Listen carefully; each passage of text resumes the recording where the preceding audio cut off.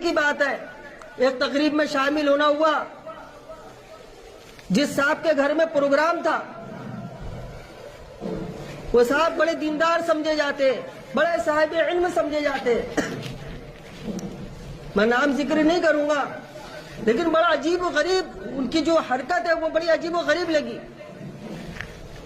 جب وہ کھانے کا ٹیبل لگایا گیا تو کھانے کا ٹیبل جب لگا، وہ ٹیبل لگنے سے لے کر کھانا ختم ہونے تک وہ صاحب کو میں نے بھی دیکھا اور دیگر علماء اکرام جو شامل تھے ان لوگوں نے بھی اس کو محسوس کیا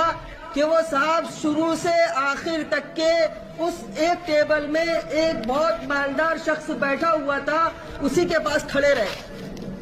اور دیگر مہمانان جو کھانا کھا رہے تھے ان کی طرف انہوں نے توجہ دینا کوئی ضروری نہیں سمجھا۔